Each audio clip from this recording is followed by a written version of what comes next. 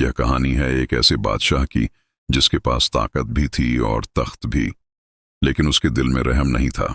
बहुत पुराने जमाने में एक विशाल सल्तनत पर एक जालिम बादशाह राज करता था।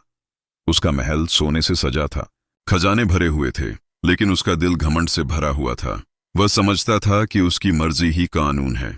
उसी शहर के एक कोने में एक गरीब लेकिन ईमानदार आदमी रहता था। उसका नाम अब्दुल्लाह था। वह दिन भर मेहनत मजदूरी करता, हलाल कमाता और जो कुछ मिलता उसी पर शुक्र अदा करता। गरीबी के बावजूद उसके चेहरे पर सुकून था और उसकी जुबान पर अल्लाह का जिक्र रहता था। लोग उससे पूछते थे कि इतनी तंगी के बावजूद तुम इतने मुतमिन कैसे हो।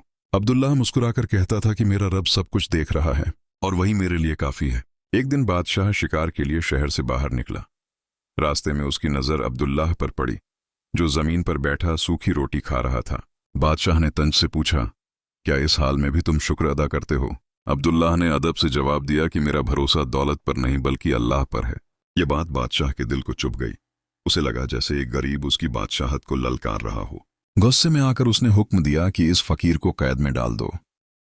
अब्दुल्लाह को जंजीरों में जकड़कर अंधेरी कैद में डाल दिया गया। भूख, प्यास और तन्हाई के बावजूद उसकी जुबान पर कोई शिकवा नहीं था। वह सिर्फ अल्लाह से इंसाफ की दुआ करता रहा। उधर बादशाह के दिल में बेचैनी पैदा हो गई, जो कहता था कि असली बादशाह तो अल्लाह है। कुछ दिनों बाद बादशाह सख्त बीमार हो गया। शाही हकीम नाकाम हो गए और कोई दवा असर नहीं कर रही थी। इसी दौरान एक बुजुर्ग दरवेश महल में आए और कहा कि यह बीमारी दवा से नहीं जाएगी, यह किसी मजलूम की दुआ का असर है। बादशाह को तुरंत अब्दुल्लाह याद आ गया। उसने फौरन हुक्म दिया कि फकीर को रिहा किया जाए। जब अब्दुल्लाह को कैद से निकाला गया तो उसके चेहरे पर न गुस्सा था और न नफरत, सिर्फ सुकून था। बादशाह ने रोते हुए माफी मांगी। अब्दुल्लाह ने नरमी से कहा कि मैंने तुम्हें पहले ही माफ कर दिया था, क्योंकि मैं इंसाफ अल्लाह से मांगता हूं।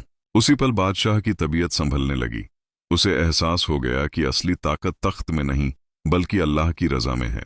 बादशाह ने ऐलान किया कि अब सल्तनत में जुल्म नहीं होगा और इंसाफ कायम किया जाएगा।